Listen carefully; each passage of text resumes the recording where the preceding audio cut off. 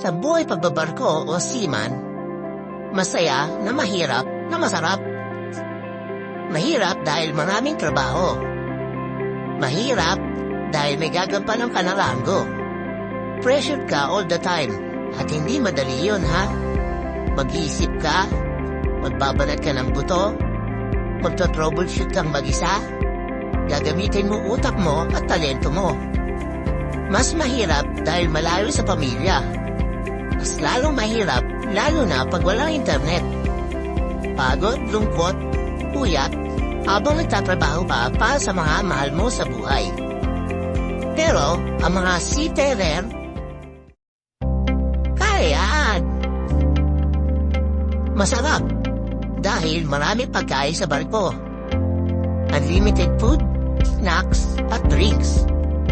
Masarap dahil malaki sahod. Nabibili mo ang mga gusto mo na di mo nabibili dati. Masarap dahil nakakalibot ka sa buong mundo. See the world free, ika nga.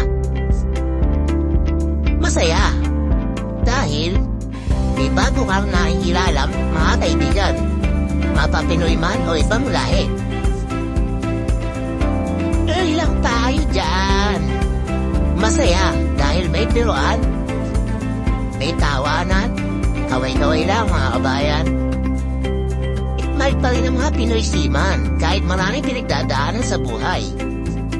Pag maganda ang samahan at magaling kang makisama sa mga kabaro, madali lang matatapos na kontrata. Mga Slapsoil.